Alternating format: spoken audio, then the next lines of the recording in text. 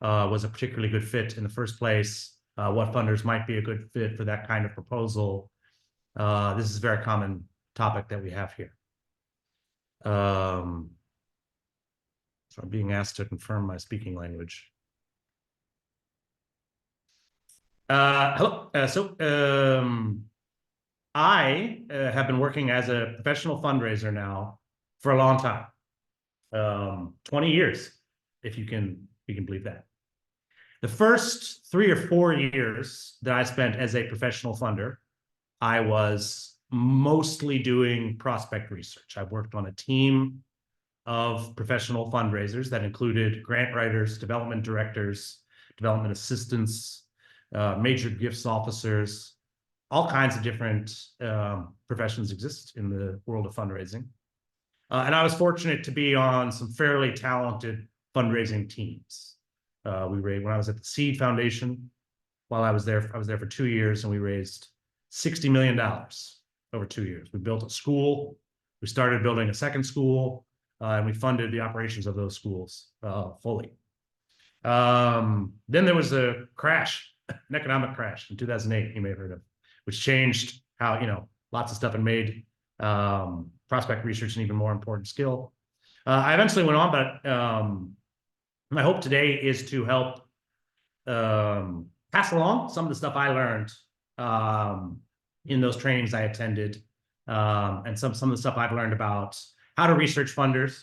We'll talk about some of the tools that are available, how to assess your own organization and determine and how to look over a funder and see if they are a fit for you.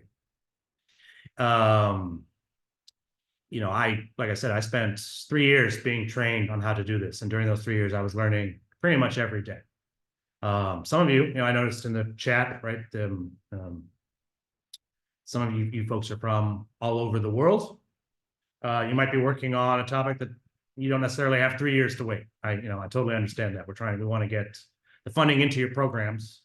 And the good news is that there are a lot of funders out there looking to fund programs, but some of the work will need to be done by you to find, identify, contact, and hopefully apply to them, which is what we're going to go over today. Without further ado, I will now go into screen share real quick.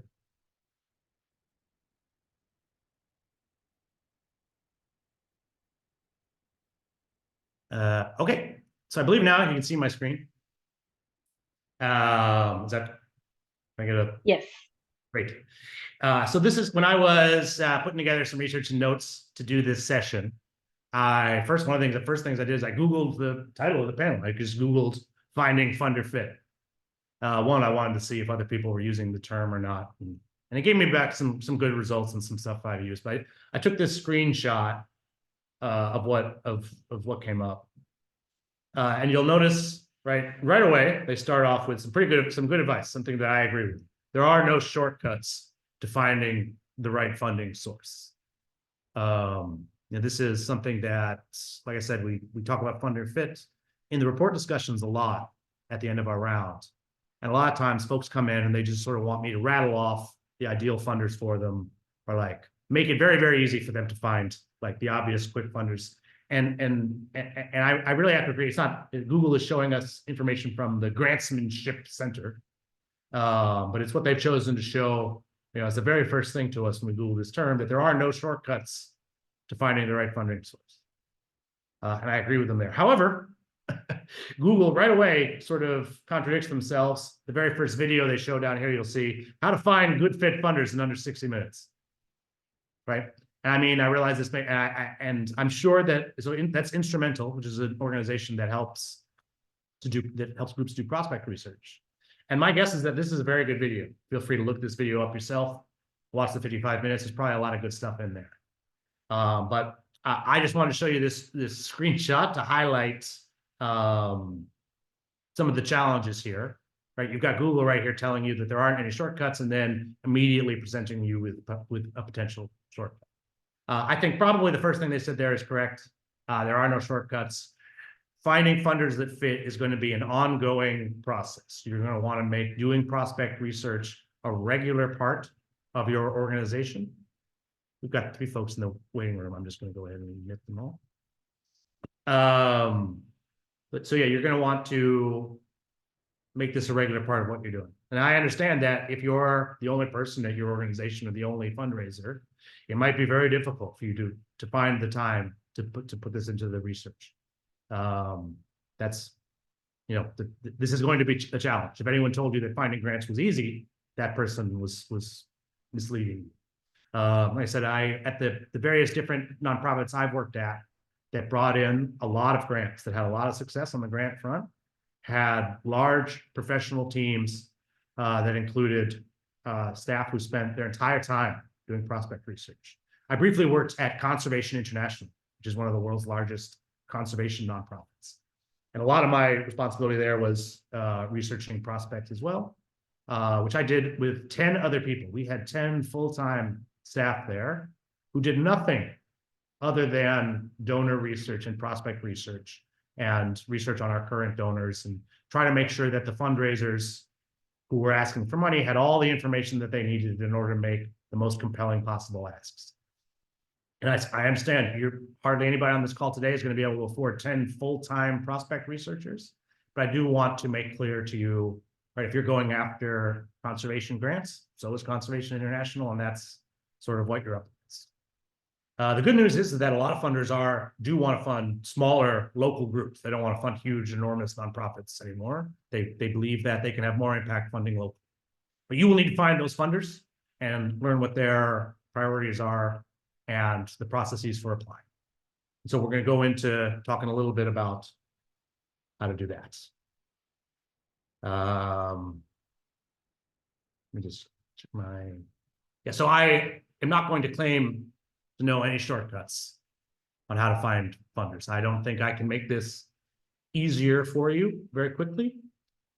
But I think I can explain a little bit about how difficult it is and show you some of the tools that you can use to do this work. But my initial point here, I really want to get across, and hopefully it's getting across, is that, like Google says, this is real work.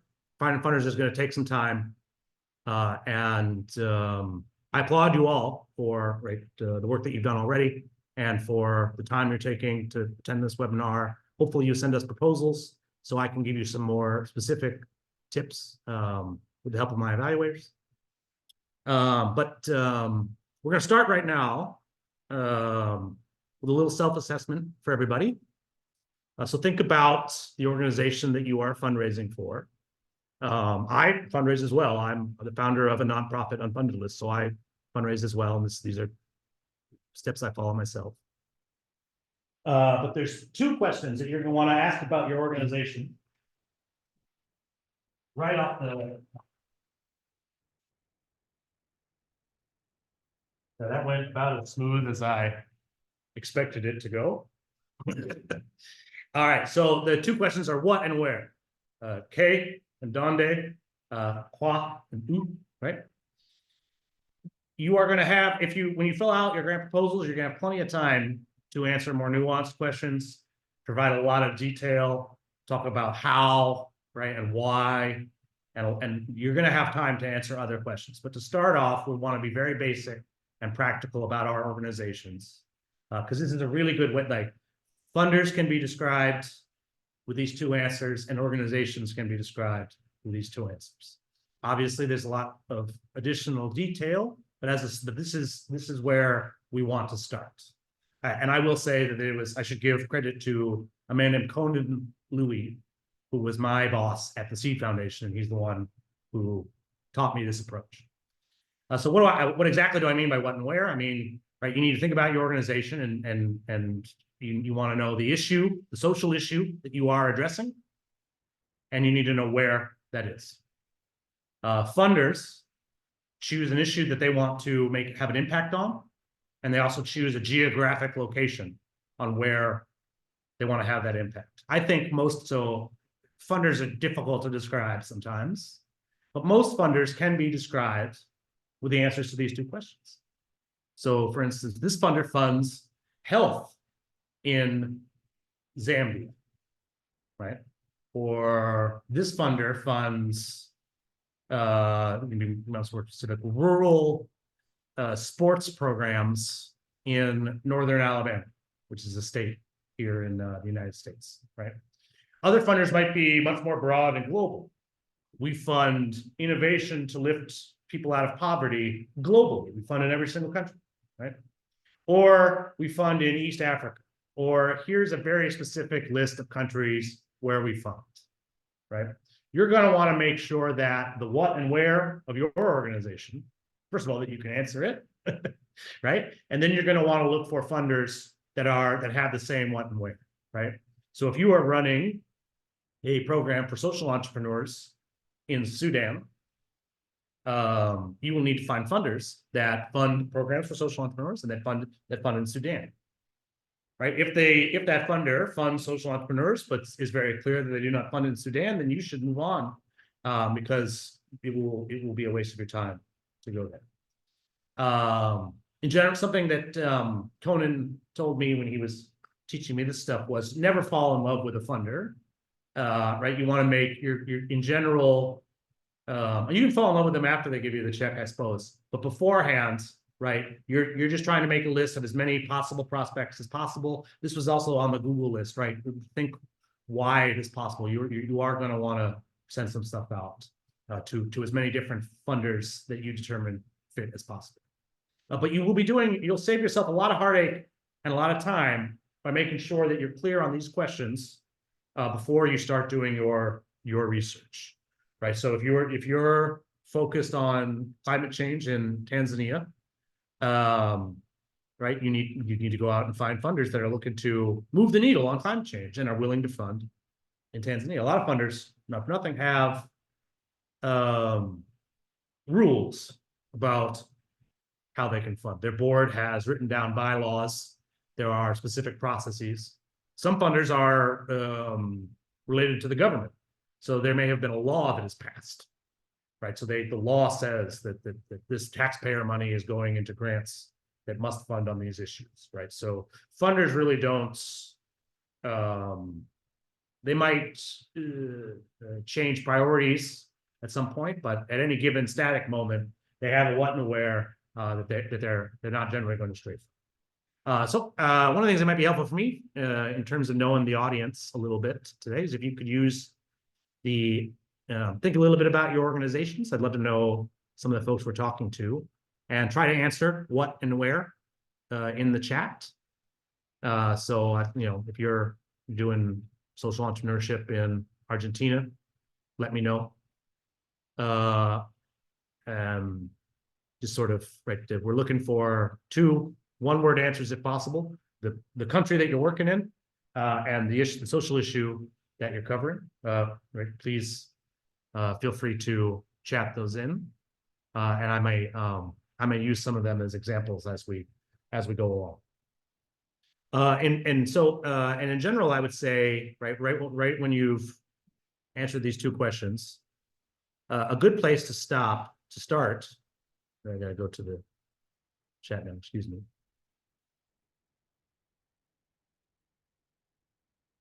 So here's a good youth and women development in South Africa.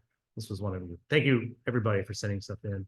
Environmental conflicts in Chile, climate change in Nigeria, plastic pollution in Mexico, asylum rights in Greece. Here's one in Spanish.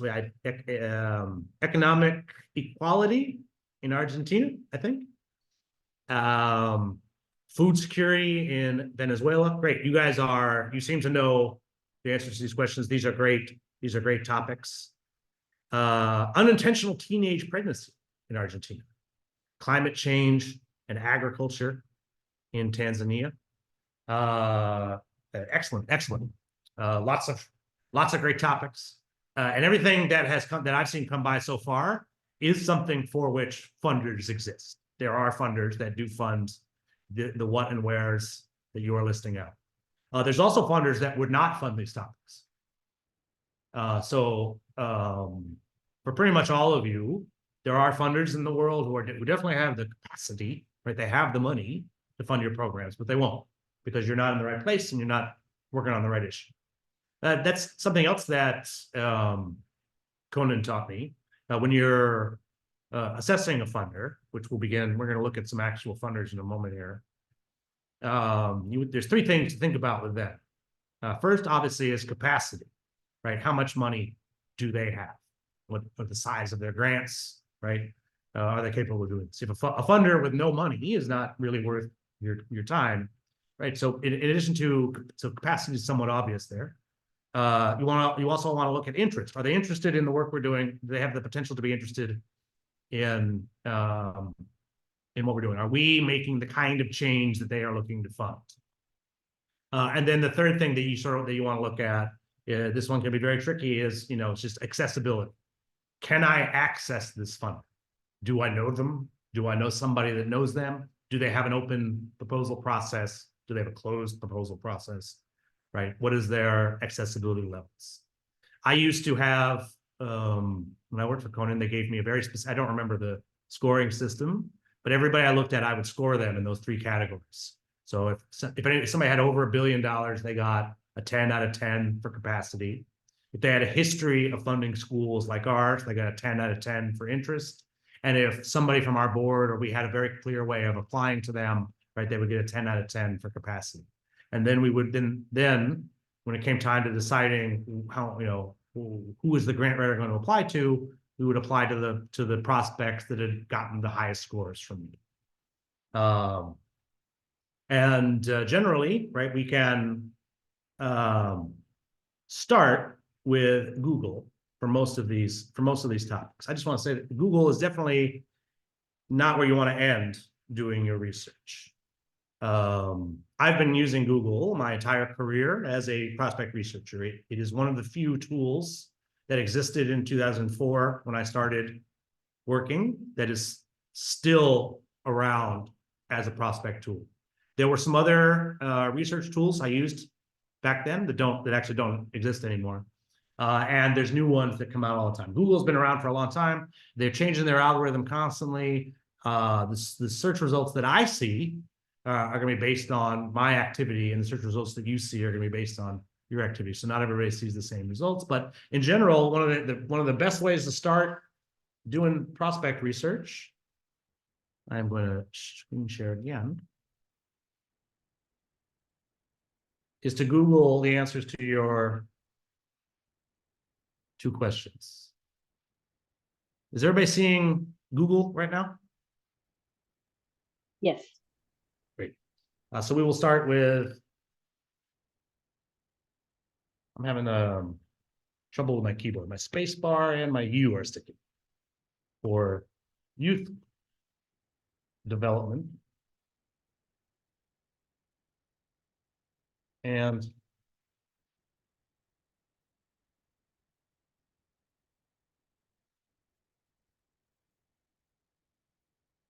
so just quick tip on Google, the and will force it to search for both of the terms. Putting South Africa in quotes will, then that way it won't search for just Africa, it will search for South Africa. And let's see, there it goes. So actually, so an organization that I'm going to talk about is late in a little bit is Instrumental. This is a it's a paid subscription service that you can use to research funders of various topics, right? It is not a funder. So even though I Googled funders for youth development, the first thing Google showed me is a research tool, not a funder. That's something to be clear. Like Google doesn't necessarily give you the very clear answer you're looking for. Their second answer, though, is definitely a fit. I am somewhat familiar with the African Youth Development Fund.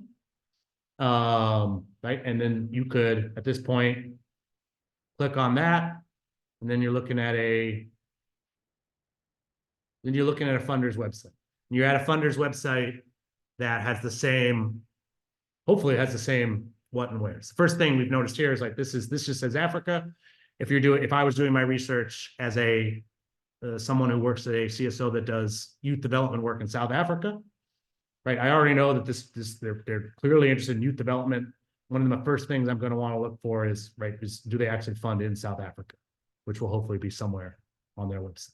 Whoever gave that answer out there, feel free to take this. This is a potential lead. You should definitely have this on your prospect list and give it a look. So I'm gonna do just another one really quick. Try to do something a little bit more challenging. Here at Unfunded List, we review grant proposals for organizations all over the world, right? That's a little bit hard. So what I would say is it's like what I do is philanthropy support, and where we do it is global. This is something that's very difficult. This is not as easy to find funders as like health or youth development or something. So, but we can do funders for philanthropy support. And we'll put that in quotes. And global. I've actually never done that. Yeah, see? They didn't really like that. All right. Yeah, so we will now look at so I'm going to talk about Instrumental in a minute. Instrumental is a for-profit company and has a large marketing budget. So anybody who goes out into the world and starts doing prospect research, you're probably going to hear from them, right? There's a reason they showed up at the top of the Google results because they have a marketing department that spends time on their Google ads and everything and make sure that that's true. Candid is a very large nonprofit. And it's probably the largest nonprofit that's it's probably the largest nonprofit that focuses on prospect research and nonprofit data tools and resources, as you can see here on the screen. We have a question. It is in French. I believe someone's having a technical problem.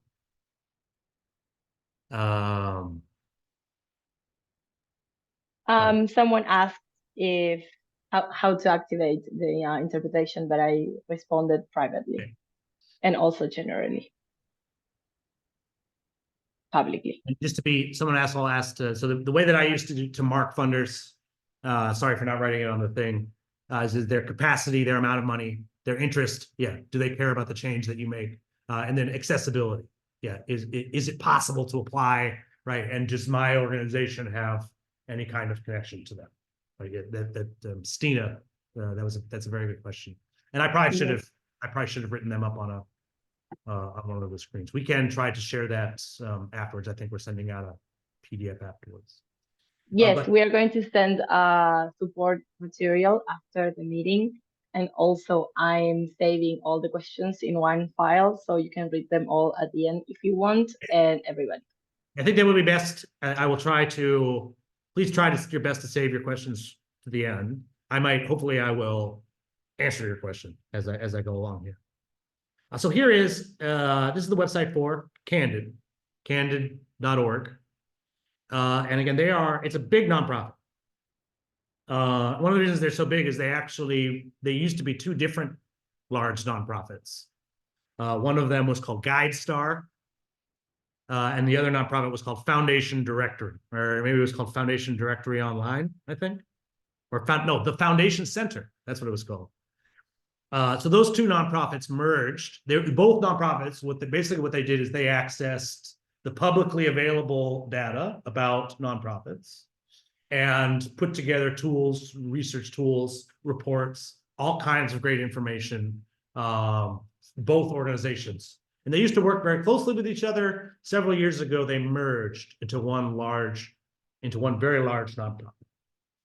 And so this is a resource that can be used by organizations from anywhere in the world, but the data that they are pulling from is US-based data. I just want to be clear on that.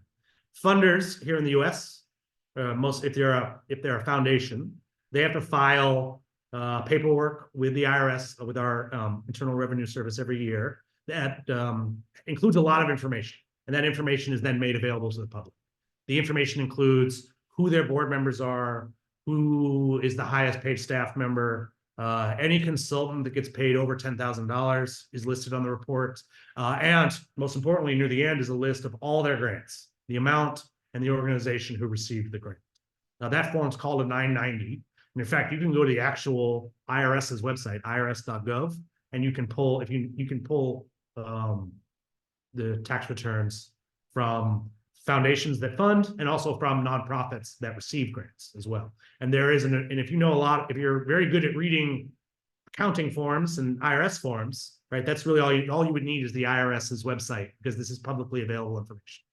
These nonprofits take the publicly available information. They have large teams of software engineers and coders and reporters and other folks, and they put it together in more easily accessible forms. They have paid services, but they also have free stuff that you can access. I will say most of the world's nonprofits that raise a lot of money in grants probably do use the paid service, but that the free services that they and others offer are usually going to be pretty good for folks that are just starting. I'll just show you quickly GuideStar. I use GuideStar pretty much every day. And in fact, I've been using GuideStar for like, I don't know, at least 20 years. So actually, this is my account. After the merger, they make you sign in every time. Actually signed in just like an hour ago. I thought it would stay. All right, so now, yeah, here we are. You can look up any nonprofit. So we'll go with a really big one. You may have heard of the Red Cross, right? Here we have, and then right away they show you, right, just off the top here, quite a bit of information. One, that they raised, this would be on their most recent tax return, so it's probably their 2022 return. They raised $3,600,000,000. It's a lot of money. And they have 3.8 billion. That means that's how much they had in the bank at the end of the year, right? As of their thing. You can click on it. You can see that they have a platinum account with Candid, which means not only is there publicly available info there, but the platinum account means that someone at Red Cross logged in here and provided additional extra information for transparency's sake. Unfunded List is also a platinum level organization on Candid. I highly recommend taking the time to sign up for a Candid account and getting to platinum on GuideStar. It's free. All you have to do is answer questions. It's a lot of questions, but if you have the platinum account, then you show up at the top of the list. And there's actually a lot of stuff that comes for free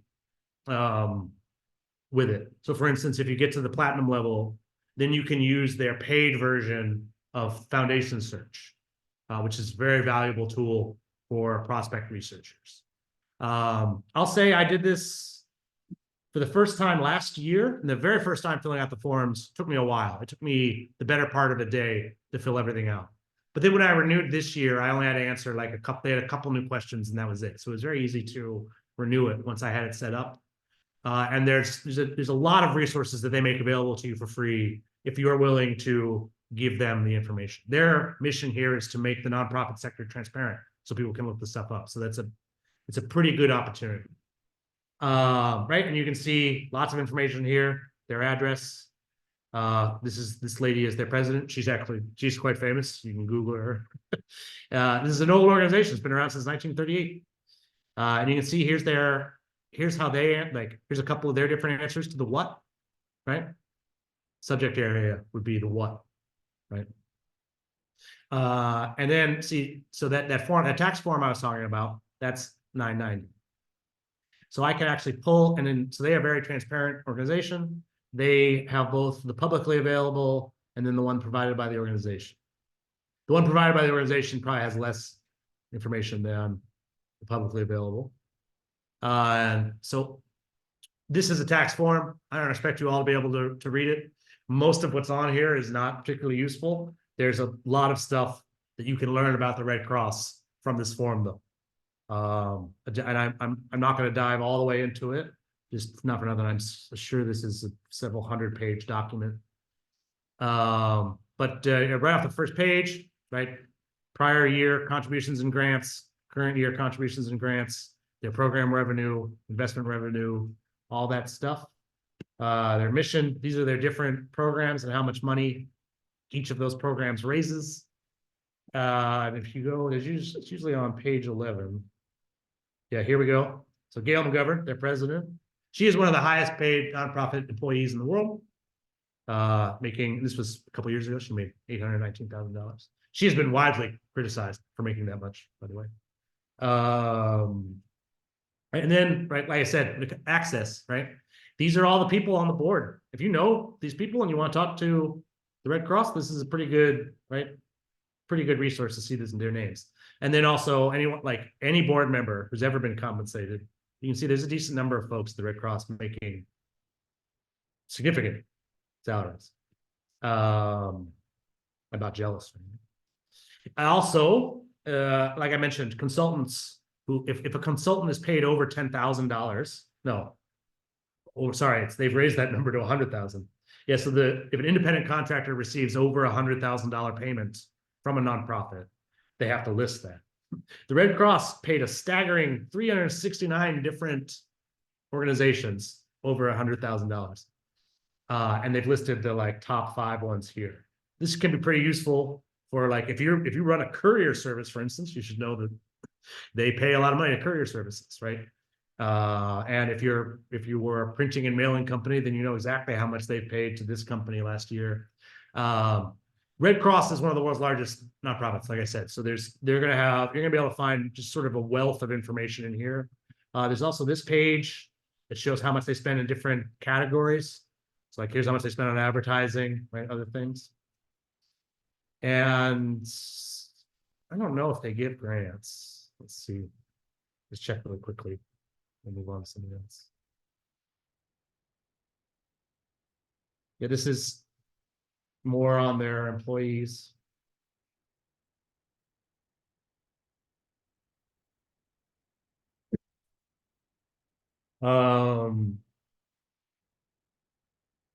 Investments that they've made.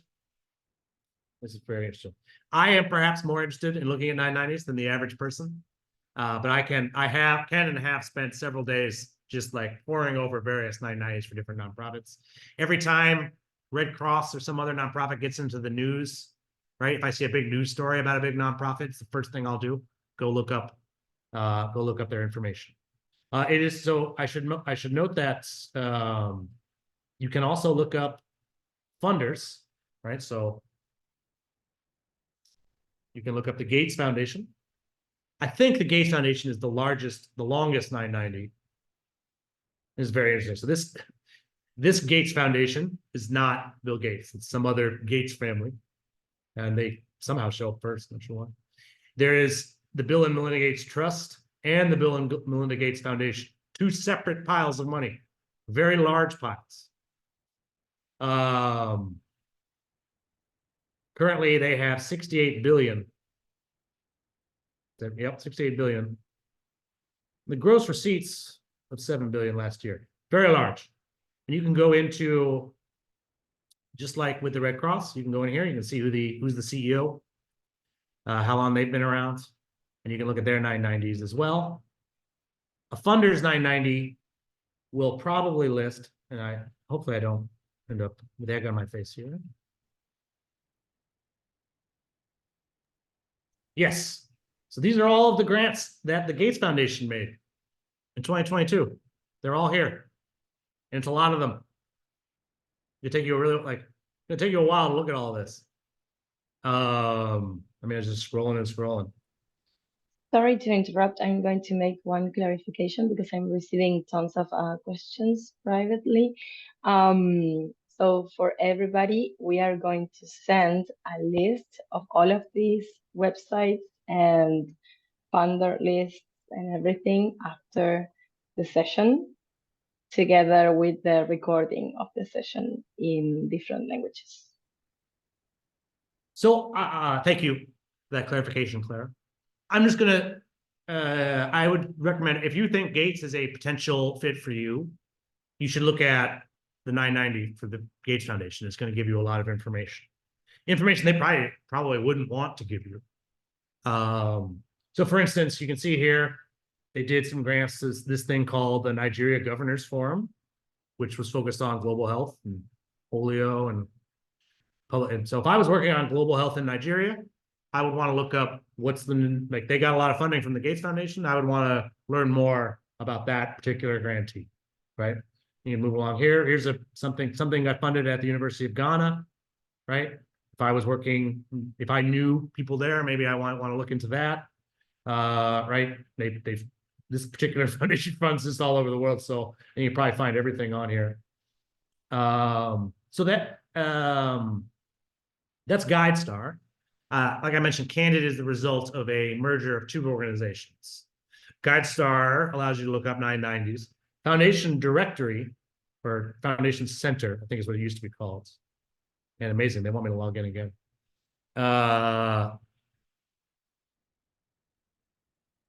So this is specifically for foundations. Apparently my account is no longer active. I'm not gonna, this is the platinum version of Foundation Directory Online is paid, and I previously did pay for it, so I think that's why it's saying this. But you can, but basically they just take the same publicly available information and they just present it in a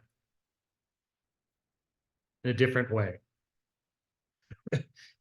with like more arguably easier to access than an IRS form. So right now I'm not upgraded, so I can't click on recipient profiles and these things. This is the stuff that you would have to pay for to be able to access. So for free, you can look at individual IRS forms. If you pay a little bit for a subscription to Foundation Directory or Instrumental or Grant Station or Grant Space or any of, there's probably 100 different paid services that do essentially the same thing. Take the publicly available information and make it a little bit easier for you to look up. In addition to, the other one that a lot of folks use is Instrumental. This is, so Candid is a nonprofit. They raise money from foundations and from donors, and they have the same status as other nonprofits and CSOs that are raising money from foundations. And so for that reason, I tend to like the stuff that they put out a little bit more, because they are in the same shoes as the fundraisers that they are servicing. Instrumental is a newer organization that has a lot of very cool features.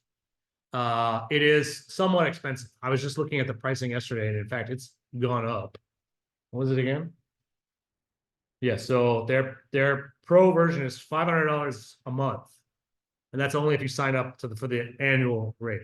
And even their intro for orgs just getting started, it's $180 a month, and that's, again, you have to sign up annually. So this is quite a bit of money for folks starting up. However, they do have, this is something I tell people to do all the time. I think they're pretty happy with it. You can do a 14-day free trial with them for nothing. You don't have to give a credit card and cancel out the 14 days or anything. You can just use their suite right away. And they have all kinds of cool stuff in here. Trying to think if I can actually do a search without having an account. I guess I can't. But you can see here they list a lot of grants, and you can see that they're doing by focus area, by location. That's where and what, right? So you can scroll down and be like, oh, I'm in the District of Columbia, right? Here's all the grants. Here's all the grants for Africa. This is probably going to be a lot of grants, I imagine. International grants. Northern Mariana Islands, right? And then you can also look here if you are, right, different kind of stuff that you might be working on. I will say, like, a lot of this stuff is US centered because the data comes from US based tax forms. However, right, if you're applying to a funder in the US or trying to look up research and stuff, the fact that all that information is public can be very, it's available to the public, to the global public. You can all look up our 990s. You can look up Unfunded lists tax return if you want, and you can learn how much I get paid if that's something that's very that's very interesting to you. It's not very much. Right? So if you do have a very large budget, you might want to pay for the Instrumental service. It seems expensive to me, but in my experience, groups that are winning a lot of grants they are putting some money into the research, right? You got to spend money to make money, I guess. There is another organization that is even newer than Instrumental that I like, called Impala. And that their website is impala.digital. And they have they have some paid services, but their free version is very robust. I use their free version to do research, and they provide just a lot of very interesting stuff that the other groups do not. Unfunded List had one of their trainers come and give us a training, and we recorded that. So we have an hour-long recording of their director of partnerships explaining how it works, which Clara can share that. Unfortunately, that's in English, but we can share that afterwards, so you can get a real deep dive into how to use the free version of Impala here. And again, right, these are profiles of every nonprofit and foundation across the United States. This is all of the nonprofits and foundations that even file in the United States. So that does include some organizations that might be headquartered, like some foundations in Europe. Their money might be in the US and they might be looking to file, they might be filing in the US. So, and I've also talked to the people at the staff here, and they are looking for ways to include more global information. This is actually not an American company. They're based in the Middle East, and they're just trying to help people access the data. I think, how do you do? Oh, I gotta log in. So to show you some of the stuff that they show in here with the free version. First of all, so right away when I log in, it shows me the Unfunded List profile. See the money we raised each year, right? Funder changes, revenues versus, like they have a very very cool dashboard. Makes it very easy to look through. Right here, it lists some of the funders that Unfunded List has had over the last few years. You could then click on the funder here and then see why and everything. And I think you can then view the profile of this funder, right? And you'll look at the grants that they are giving, right? That sort of thing. And then I think down here you can list. Oh.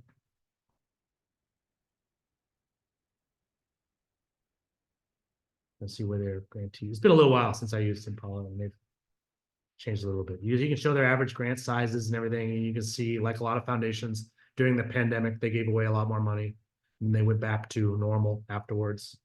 Here's a list of their grantees. You can see this is the same information that you get from the other sites, but just in a different formation. They fund mostly stuff in Ohio. These are various nonprofits in the state of Ohio. You can also search. So again, Gates will be in here.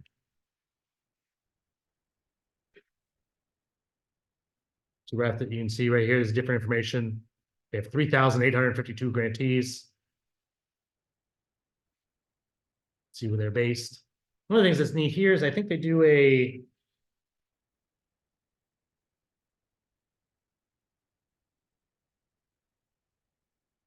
hang in there. That's what it is. There's a lot of information here in Impala that is not in the other sources.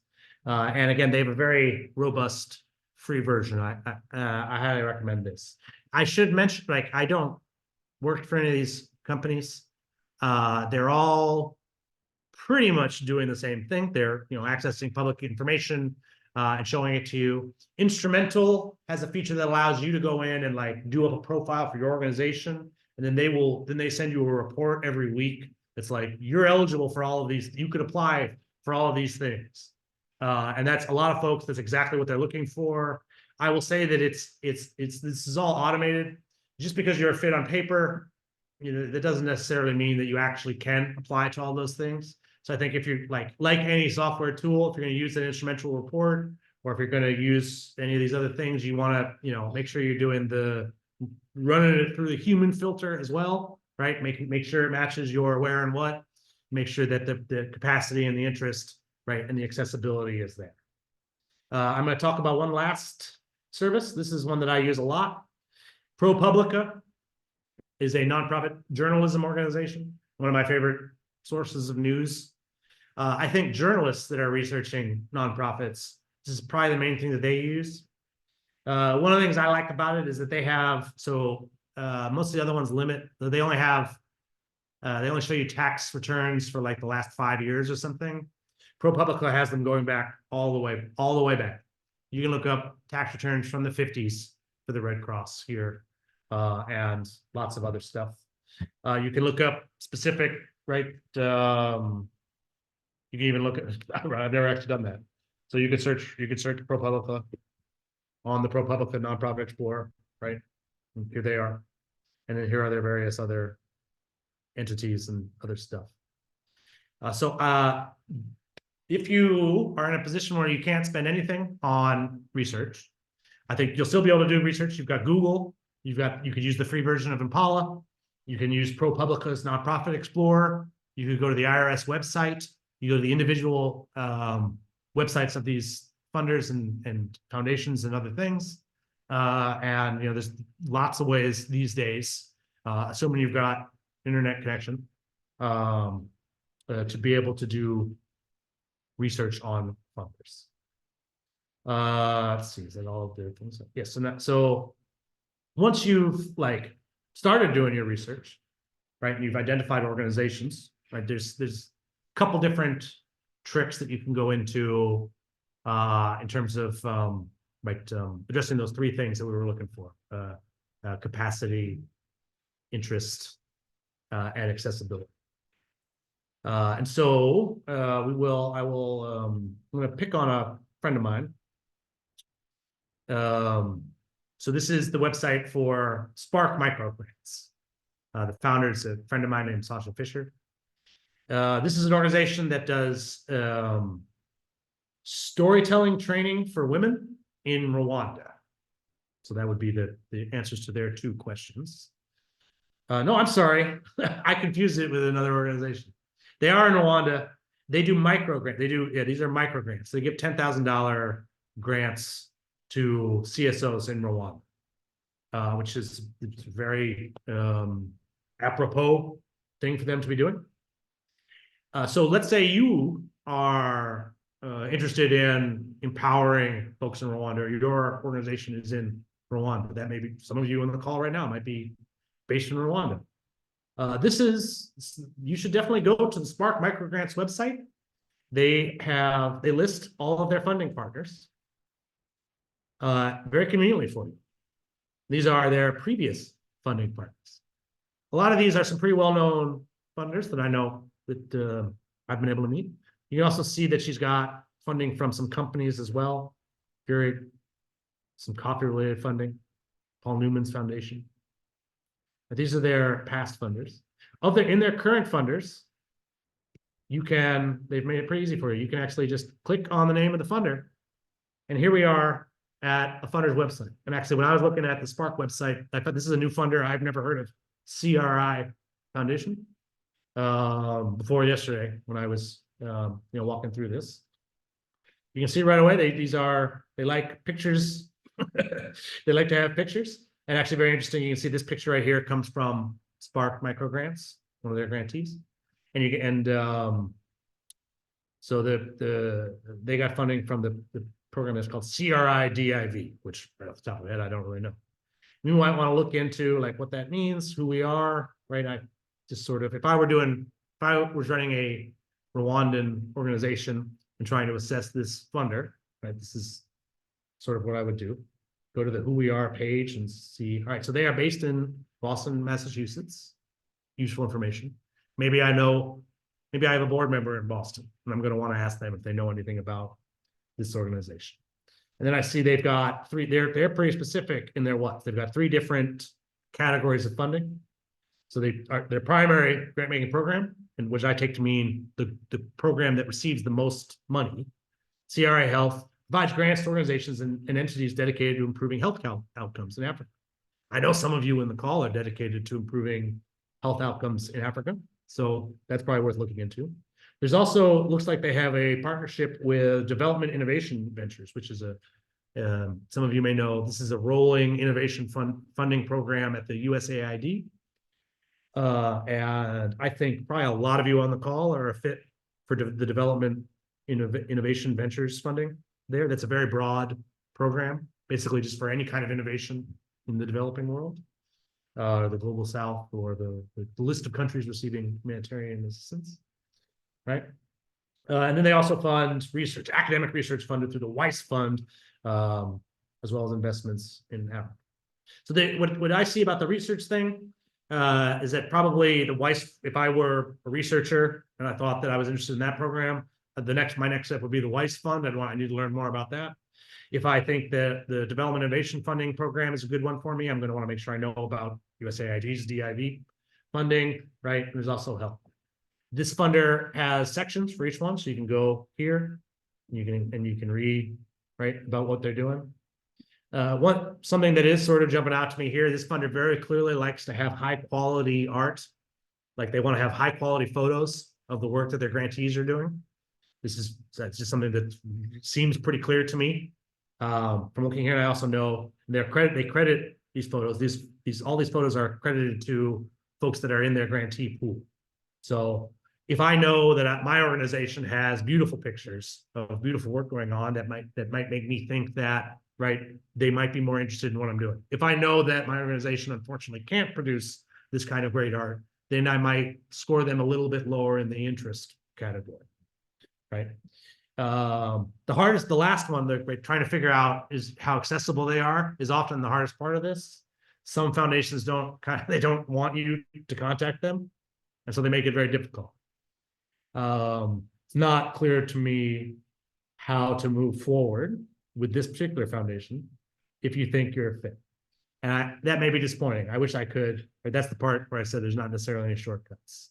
So even once you've identified this funder and you think maybe it's a good fit, right? And you've read over everything. I'm gonna look here at their method, see if there's more. I'm having an internet problem. Anyway, I don't want to dive. Yeah, because I guess we won't do that today. So anyway, if you think CRI Foundation is a fit for you, feel free to go into that website, do some additional looking, right? I'll just look real quickly here at Spark's second foundation.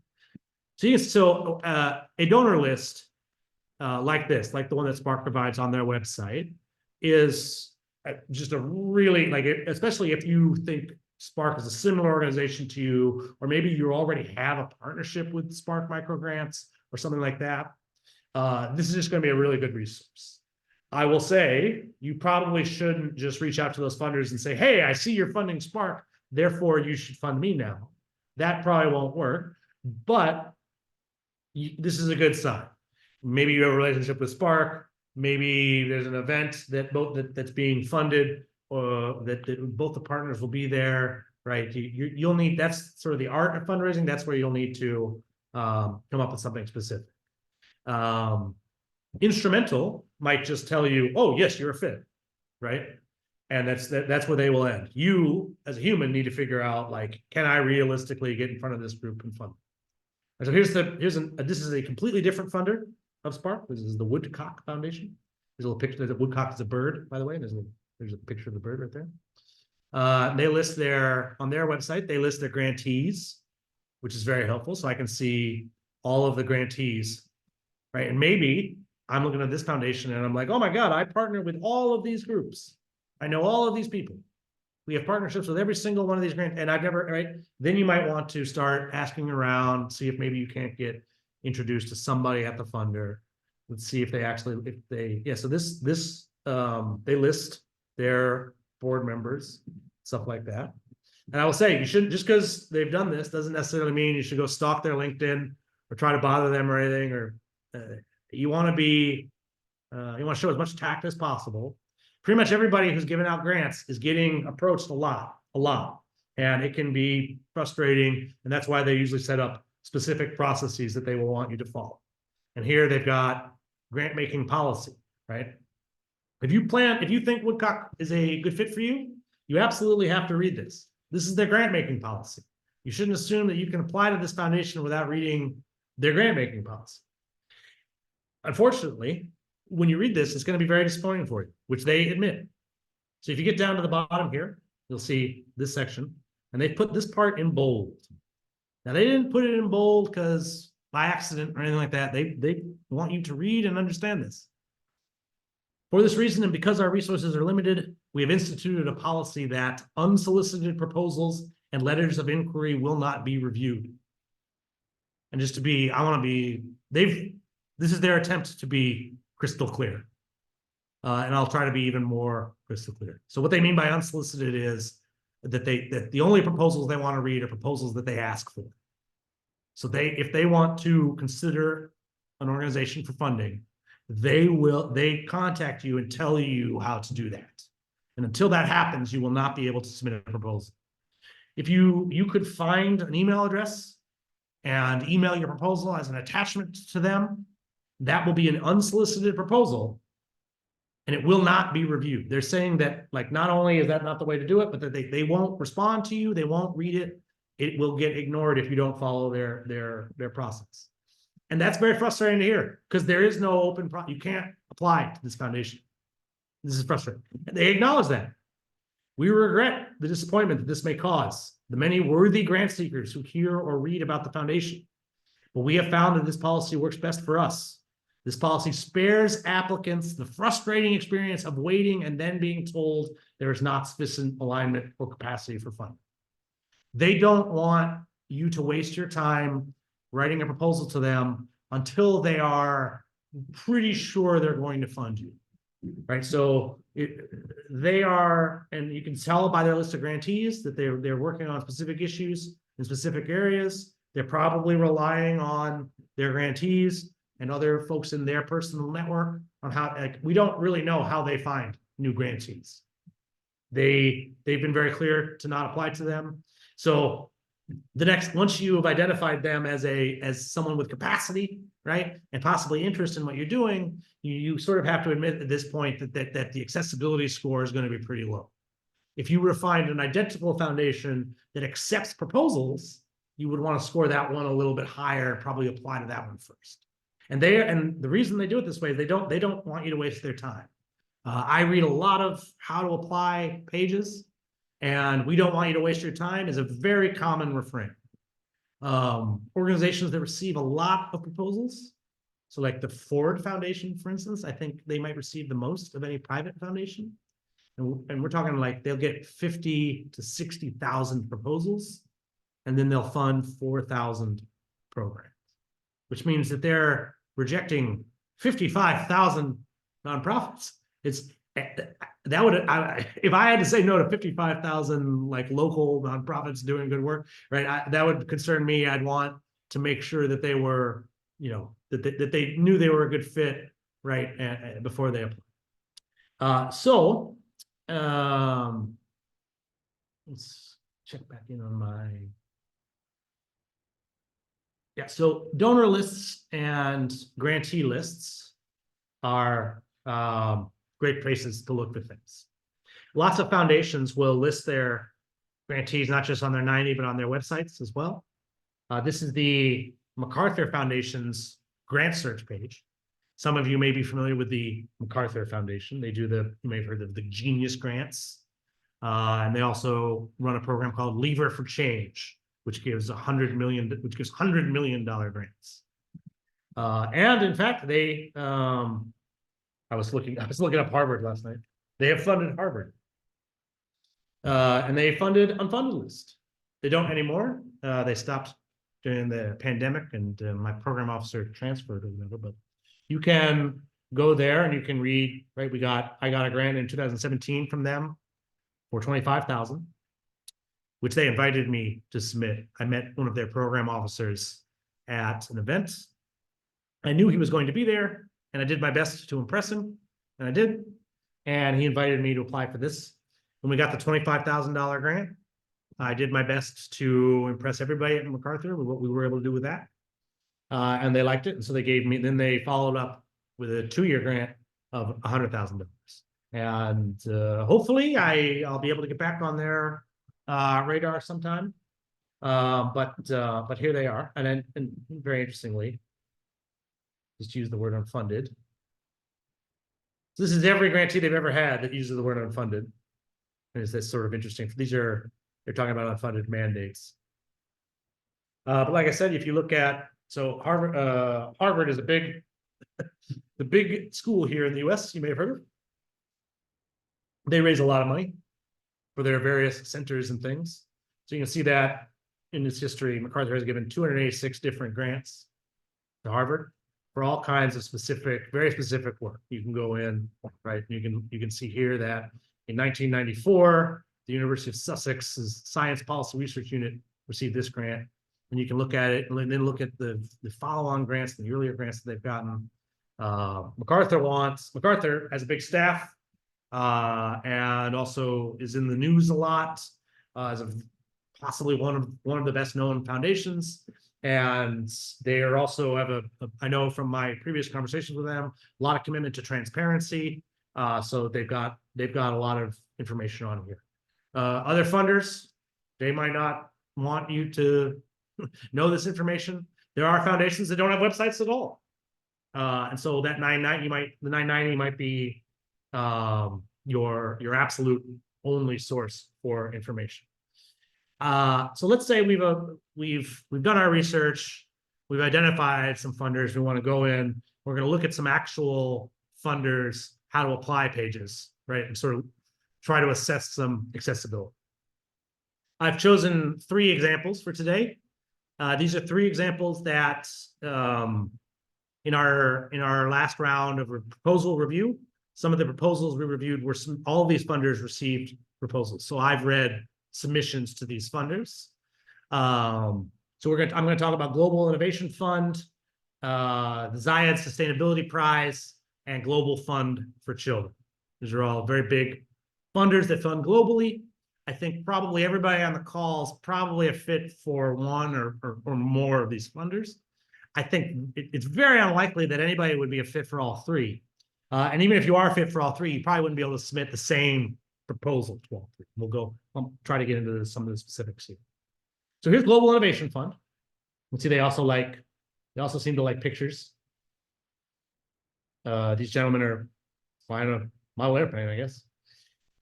So this is the apply for funding page. Like most funders, they don't want to receive an enormous number of applications that they just have to reject. They don't want to waste your time. They would love it if everybody who applied was a great fit, right? And so they have done their best to try to give you a lot of guidance. And I can tell by reading between the lines in some of this guidance that there are some specific things they really don't want you to do, right? And so looking at this, right, we accept applications on a rolling basis. What that means is that you can apply at any time. They don't have a deadline. That's great. This is great. I love funders that fund on a rolling basis. You don't have to rush. You can get the proposal in when you want to. Our window is always open with no deadlines or rounds of funding, right? And then right away they say, please review the guidance. They desperately want you to review the guidance. I'm sure a lot of people apply without reviewing the guidance, but they don't want you to do that. So they want everybody to review the guidance. They probably want you to take a look at what we fund, the type of funding. You should reread all of this stuff again and again and again before you put the proposal together to increase your chances. Again, this is a big funder that receives a lot of applications, and they've done many rounds of funding. And so they have written this stuff to try to help you determine if you're a fit. And ultimately, right, it's not just that they want to help you determine if you're a fit. They want you to determine if you're not a fit. So then you can go, like I said, don't fall in love with any funder, right? You want to be able to say, this is not a fit.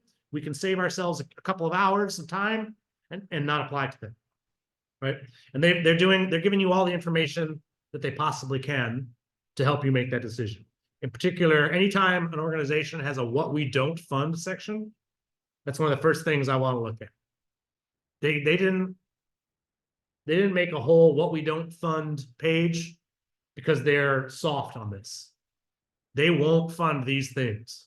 So if you're doing one of these 6 things, that's great. In fact, great work is being done in all these areas, right? You might be doing like, but once you see this in the what we don't fund page, then you can know, right, move on. Right? Maybe you're not doing all of those things. You're like, all right, I don't do any of those things. That's good. That's good. So then you can go on, right? You want to look at what we do fund, right? And so just in general, from what I know from Global Innovation Fund, yeah, they're doing a really good job of making it of making this clear, right? And you want to look at the bolded sections. Right? So they have, right? So you need to be focused. Is that how you spell focused? What's wrong? Right. This is bolded. Your innovations, right? So you need to be, as long as you need to be focusing on folks who are living on less than $5 a day, which is a lot of, right?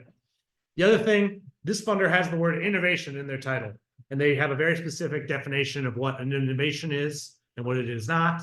And you need to make sure that you're lining up with that. You might consider yourself innovative, but you're not innovative in the way that they're looking for. Or maybe your program isn't innovative. Not everything needs to be innovative. That's fine, right? You're going to want to move on to another fund. But if you end up looking through all of this stuff, paying particular section to the bold sections, right? And also clicking on any links that they provide, right? And again, they're giving 12 very clear things, and you want to make sure that you knock all 12 out of the park. You really want to make sure you're being critical here, right? Don't like try to stretch the truth, like try to look for reasons that you're not a fit. Don't look for reasons that you are a fit. And again, they're being, this is of the funders that you might apply to, this one's doing a really good job of giving you the information. And so once you've figured out, I think I am a good fit here, you're going to want to look at the application process, understanding the criteria, right? There is an initial application, then there will be a follow-on call, and then they ask for a full application, they do some due diligence, and then the decision panel comes in, and then there is a funding agreements, right? And so I would probably want to take some more time, read all that stuff, and then you go to begin and apply for funding, where they actually send me back to the very beginning, click on this link, and eventually, and only now have I gotten to the actual submission form. Just to be clear, this is something I've seen. You can't email your proposal as an attachment to someone who works at Global Innovation Fund. You must get to this page and actually work on this. I went through and looked through all these questions. In our next session, led by Abby, that's about actual grant writing, we're going to talk about how to answer some of the questions on this particular forum. So if you thought if Global Innovation Fund is an interesting funder to you, we will be discussing specifically how to answer questions on their proposal in the next session. For now, we're going to go look at a different funder that is in many ways very similar to Global Innovation Fund. This is Global Fund for Children. And similar to Global Innovation Fund, many of their proposals, some of the proposals we reviewed in the fall, people had applied to Global Fund for Children. So I was looking over this website the other day, preparing for this session, and it was a challenge for me, actually. I found this one is not as transparent about how to apply as Global Innovation Fund. Global Innovation Fund literally has a section called How to Apply, and you can find it very quickly.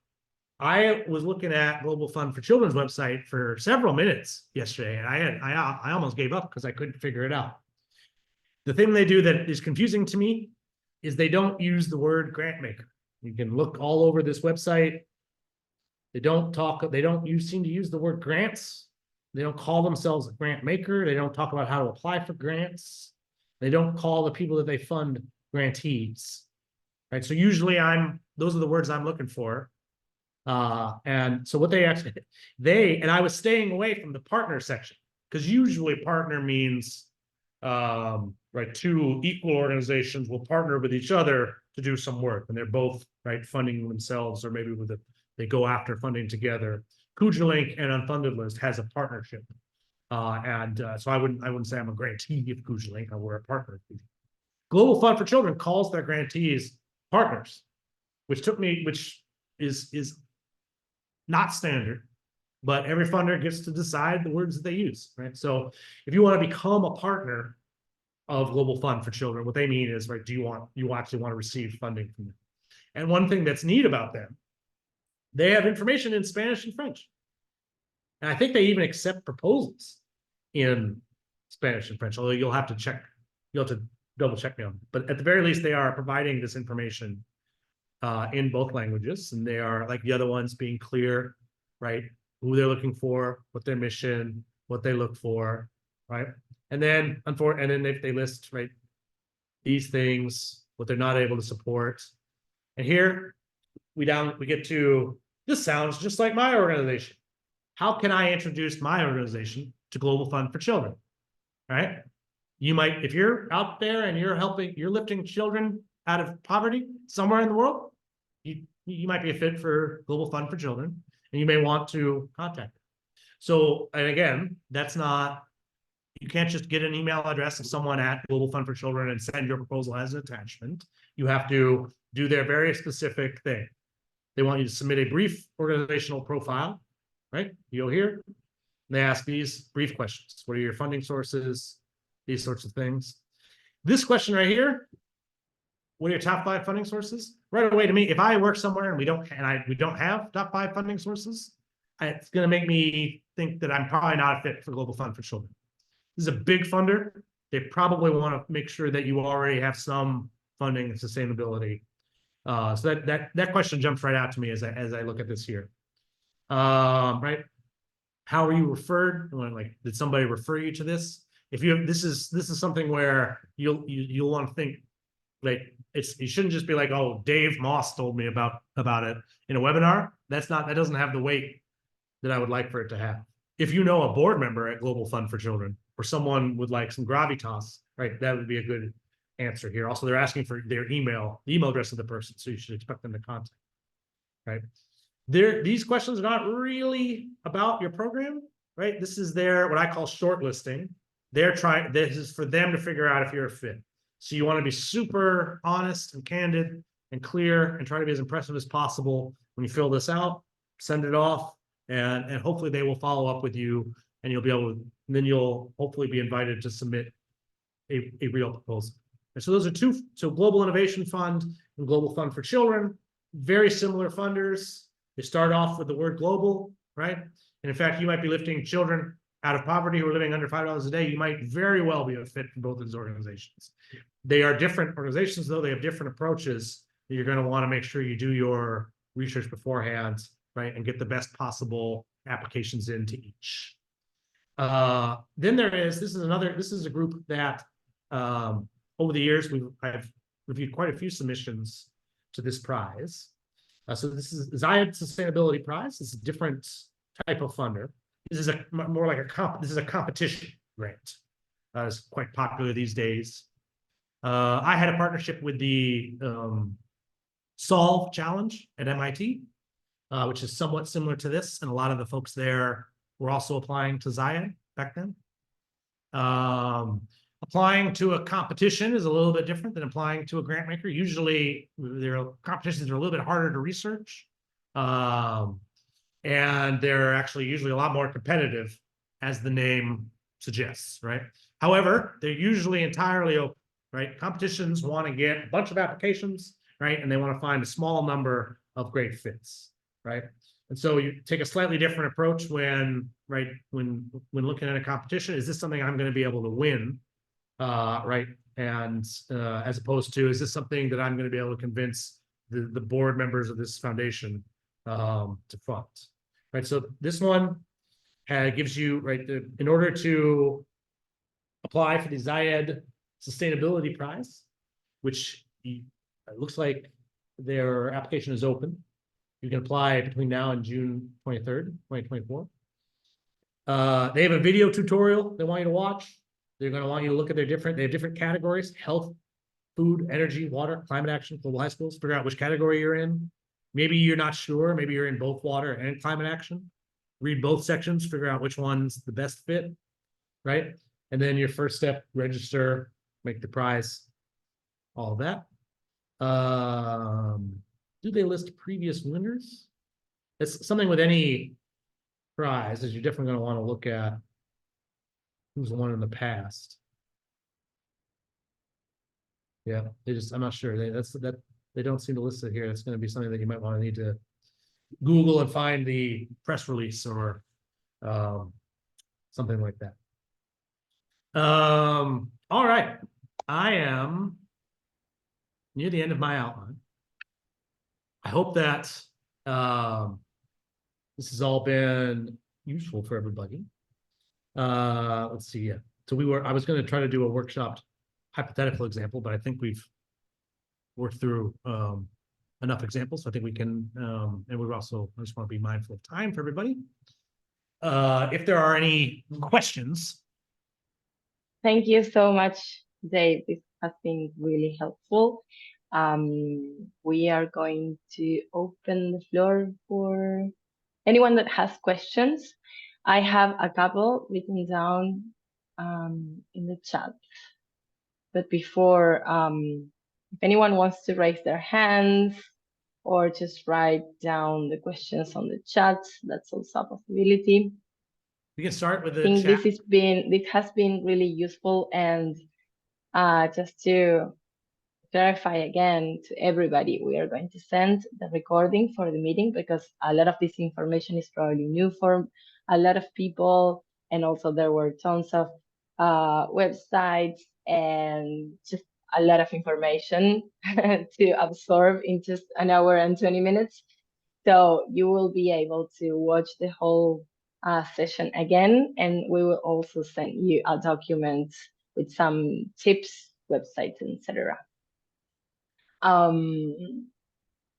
So the first question was the one by Stina that you already read out loud. Do you want to say anything else about that? She was asking, what were the three categories you scored funders on? Capacity, amount of money, interest. Do they care about the change we make, and accessibility, application process, and connections? And then yeah, I mean those are the three things. You'll want to again, these are something that you'll want to think about what it means for your organization, right? Maybe if your budget is small, capacity isn't as important of a category, right? Like so here, for instance, here at Unfunded List, I don't need millions of dollars to run this program. So I don't need to go after super rich folks, right? The average American can make a substantial donation to my organization. So I don't spend a whole lot of time with what they call a high net worth individual strategy. I'm not really trying to go after the super wealthy or very large foundations all the time because I don't have a very large budget. If you are trying to build a hospital or do something very expensive, then capacity is going to be very important for you if you're doing a capital campaign or something like that. If you are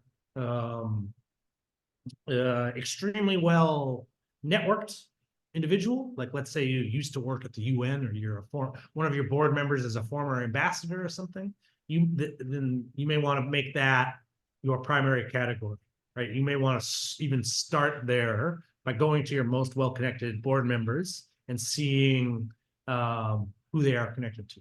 One thing that I didn't do today with several of the search things, so like for instance, in ProPublica, you could go in and you can select people and you search for Donald Trump, and it will show you every single time Donald Trump's name has showed up on a 990.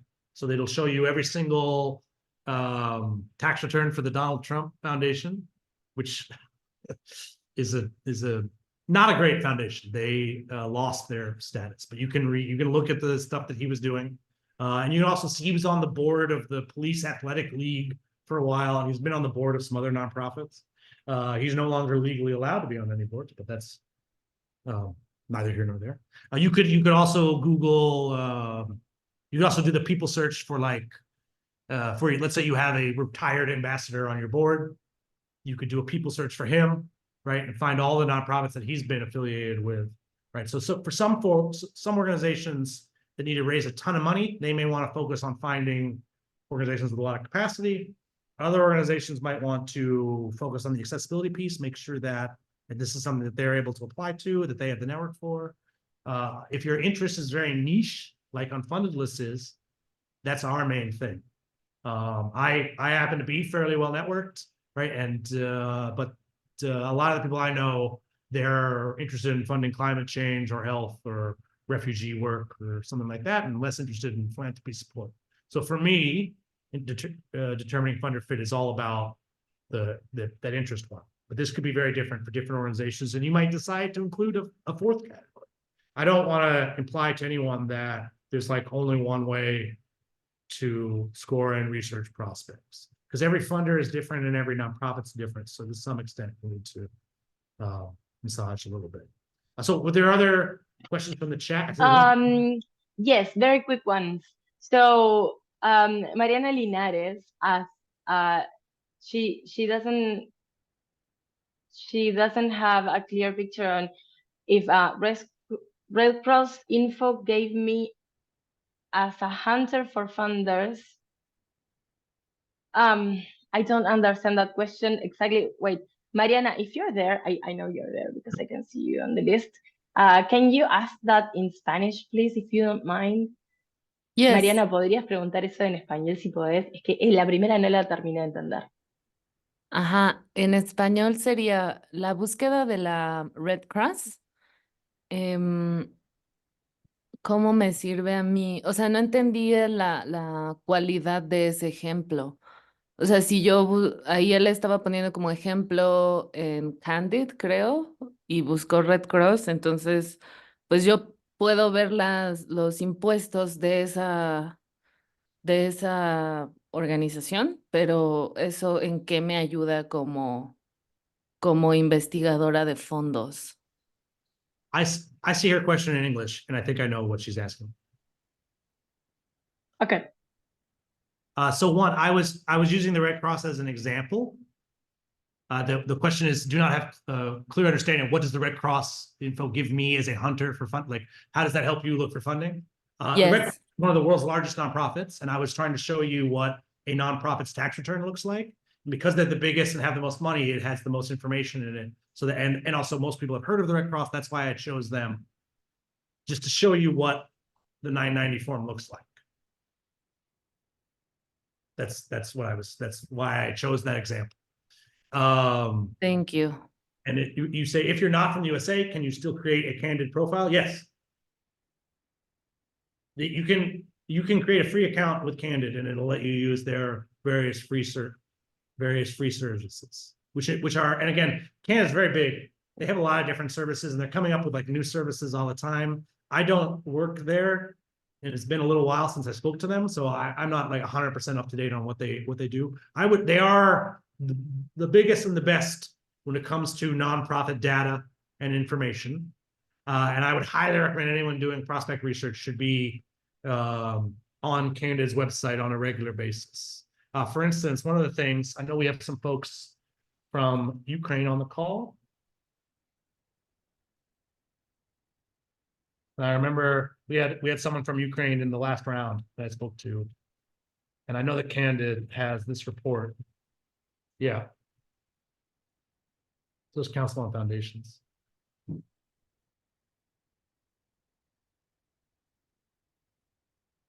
So here this is Candid working as like a journalist, trying to show like as much information about the philanthropic response to the war in Ukraine.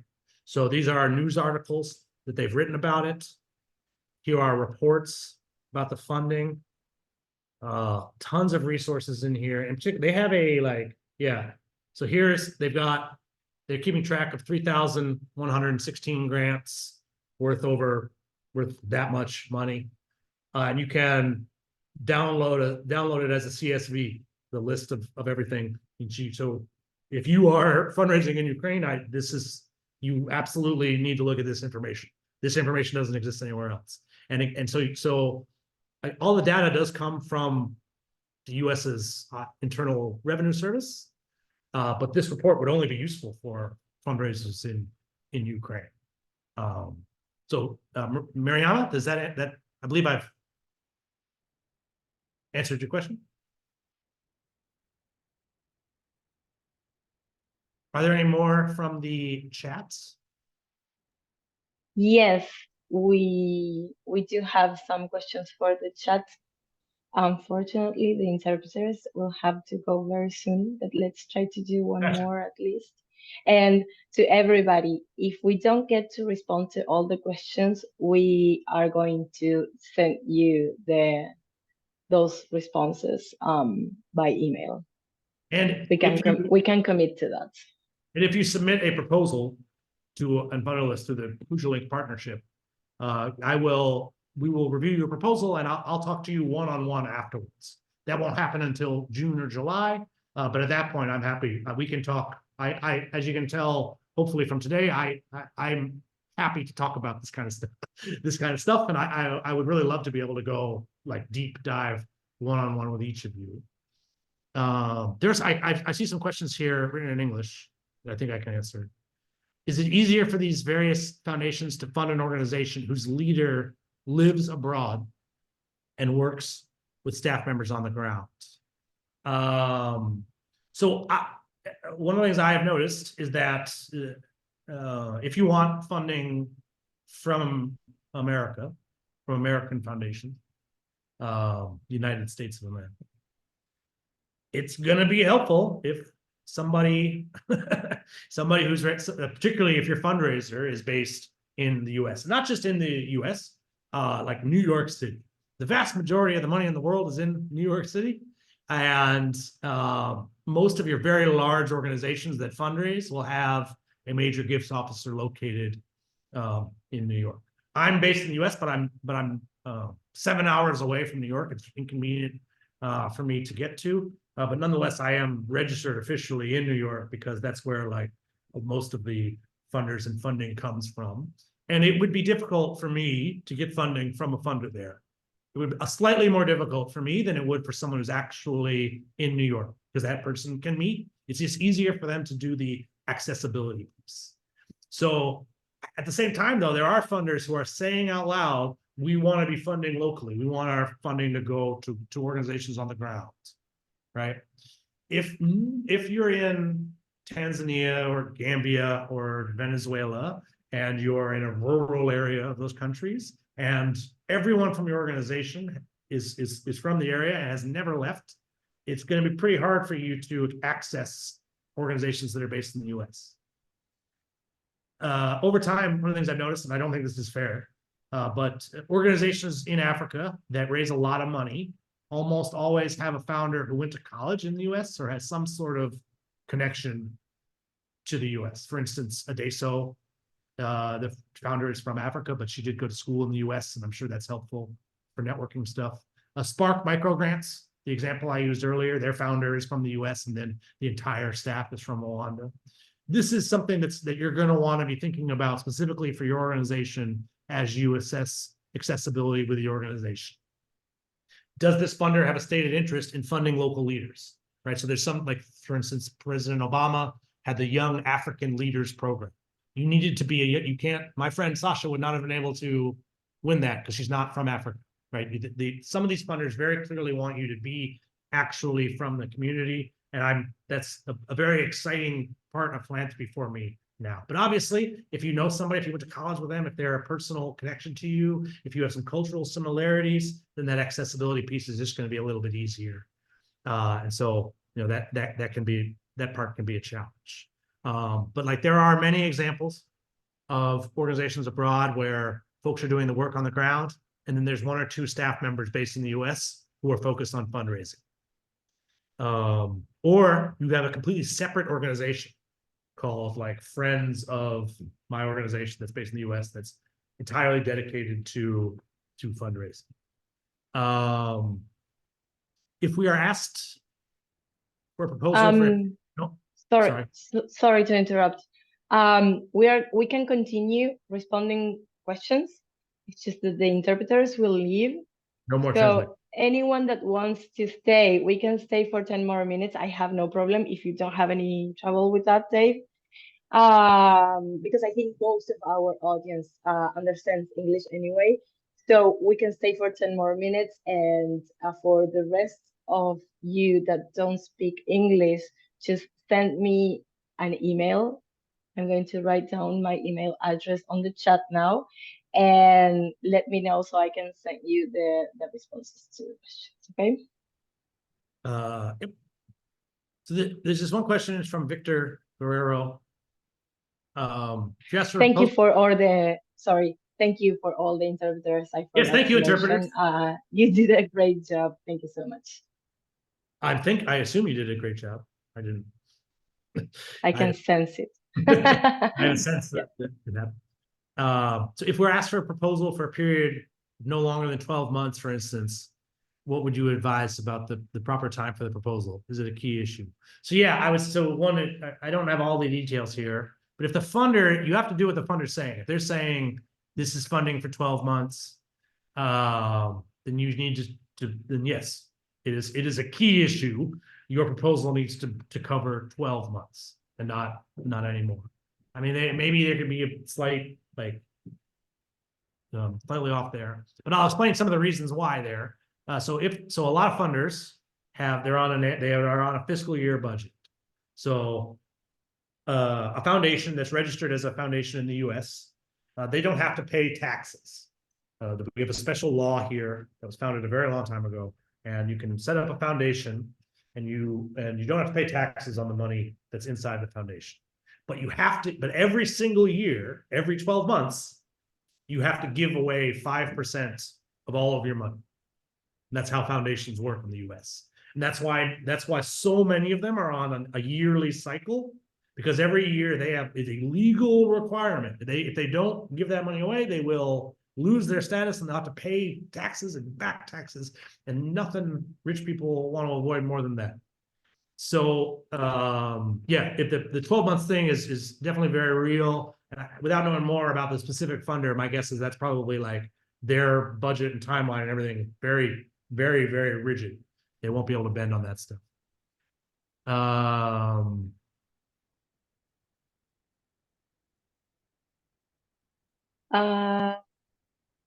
What was the last one that you responded? I just had a 12 months question. There's a question, donors that are interested in funding activities in Palestine. Yes. That's similar to the what and where, search for. There's probably a candid report for it. Just check really quick.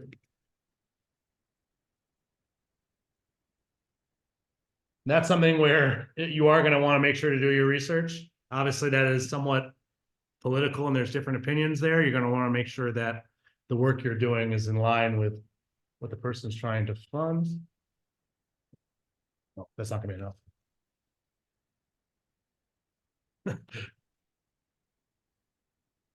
Yep. Oh, that's coronavirus. Interesting. So this one showed up. This is actually, this is the Center for Disaster Philanthropy. This organization, when they were brand new, sent a proposal to Unfunded list, and we reviewed it. They've actually been extremely successful since, and they're very good at helping philanthropy respond in very quickly when it's a disaster, when it's imminent funding. Generally, philanthropy is good at deliberative, slow, long-term action. And when they have to move quickly, they're not very good at it. But obviously, sometimes there's a huge disaster. It could be an earthquake or something like that. And then philanthropy has to move quicker. And this is a resource for those folks. And it looks like they've created a fund, a relief and recovery fund. There's probably lots of others. That's something that's going to be a difficult topic to research for several reasons. One, the urgent nature of it, and the fact that it's somewhat political in nature. Any comments on the funds for NGO platform? So I don't know that much about it. I've heard of it, and my understanding is that they share opportunities to apply to. Right? Is that generally they have a newsletter and they share funding opportunities?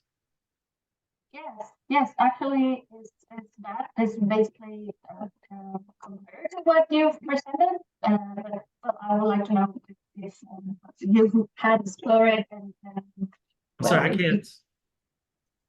Sorry, I can tell you're talking. I can't make it out though. It's cutting a little or a lot. I don't know that much about it. Like I was saying earlier, though, there are I've been researching funders for a long time.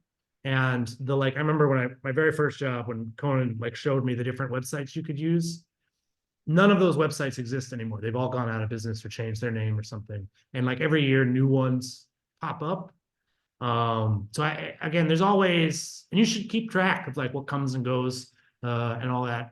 But because of that, I'm not intimately familiar with everything. And I also think you need there just has to be some extra human element.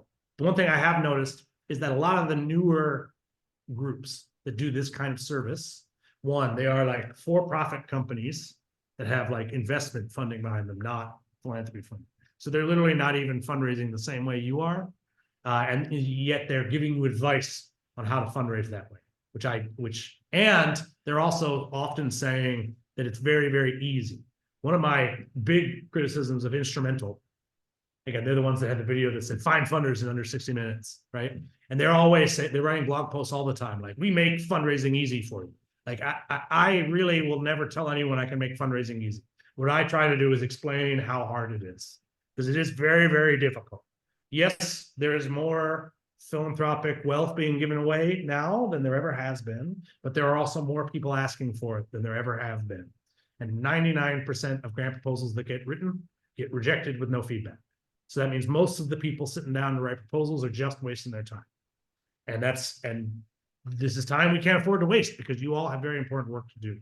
So my goal is to make sure you're empowered in this way, right? To find funders that really are a good fit. So when you take the time to write a proposal, that you've got, a realistic shot of winning that.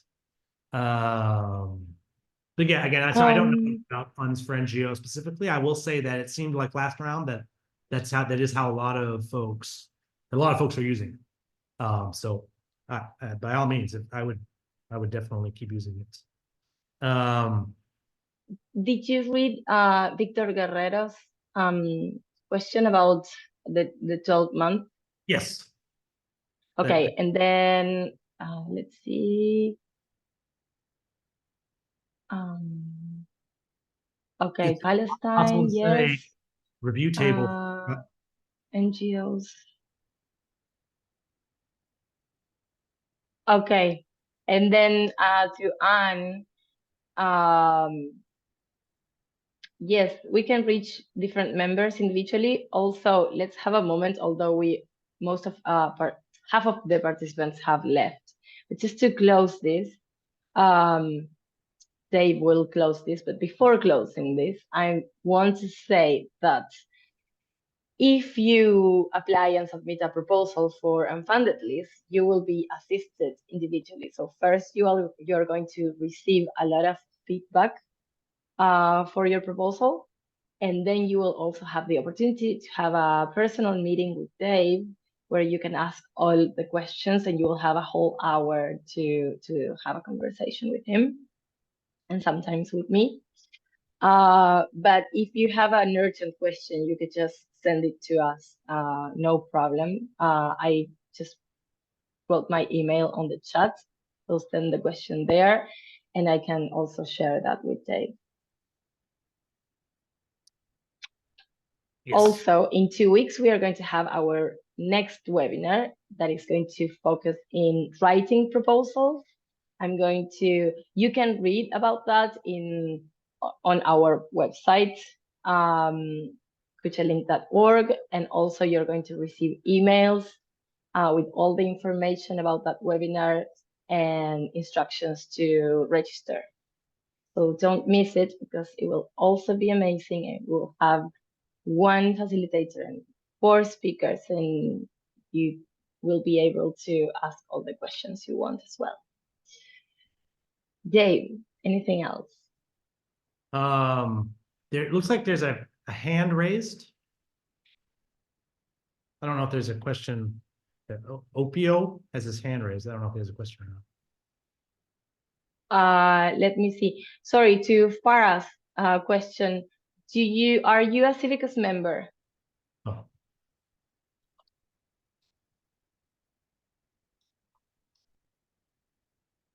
Okay, so I would advise you to to work with them, and they have a lot of more information about grassroots movements, platforms, and funding than Kuchelink, to be honest. Let's see the raised question. 1 second. Opio Johnson.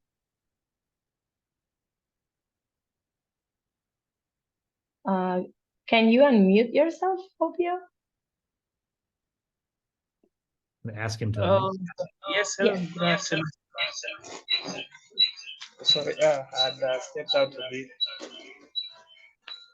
So, my question was, like when you're getting a fund, what's the right approach? Is it just getting someone drafting my proposal, sending it to them, or I don't know, maybe I just needed some help in there, because we have our NGO which has been running for more than 4 years. However much we've been doing it as a community base, and it's not registered.